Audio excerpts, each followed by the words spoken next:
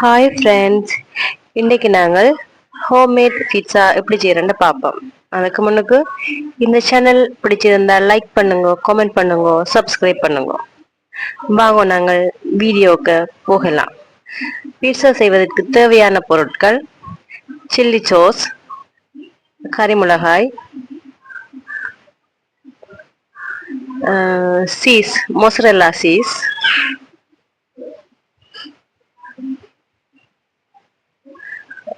குடைமிளகாய்,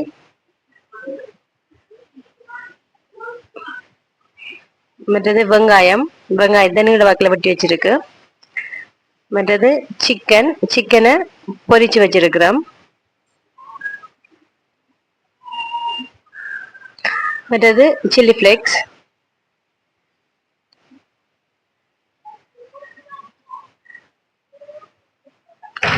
இதுக்கு தேவையான மாவை நாங்கள் 3 மணி நேரத்துக்கு முதலே குழைச்சி வச்சிருக்கோம்.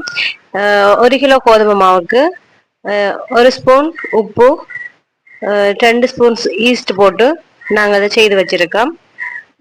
அந்த மாவை என்ன செய்வோம்டா, வட்டமா நாங்கள் பீட்சாக்கு என்ன மாதிரி வருமோ கொஞ்சம் வட்டமா ஷேப் எடுத்து அமர்த்தி ரவுண்ட் ஷேப்புக்கு எடுப்போம்.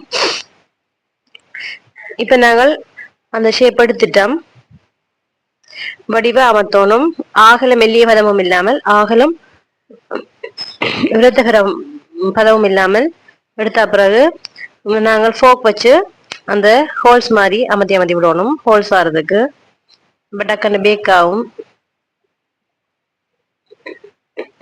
இதுக்கு மேல நாங்கள் என்னென்னா சில்லி சோஸை ஆட் பண்ணுவோம். அதுக்கு பிறகு மொசரல்லா சீஸை ஆட் பண்ணுவோம்.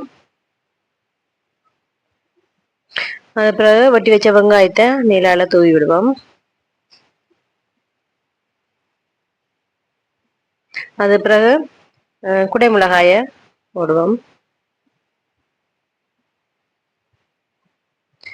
இதுக்கு பிறகு கறிமிளகாயையும் அதில் சேர்த்துக் கொள்ளுவோம். அதுக்கப்புறம் நாங்கள் பொரிச்சு வச்ச சிக்கன் துண்டுகளை இதில் சேர்த்து கொள்ளுவோம்.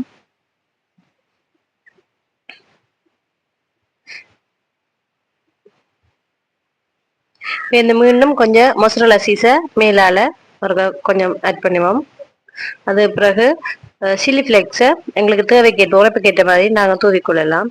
இப்படி நாங்கள் செய்து போட்டு இதை நாங்கள் அடுப்பில் தான் அடுப்பை நல்ல சிம்மில் வச்சுட்டு ஒரு 7 மினிட்ஸ் குக் பண்ணால் பீட்சா ரெடி. Thank you guys.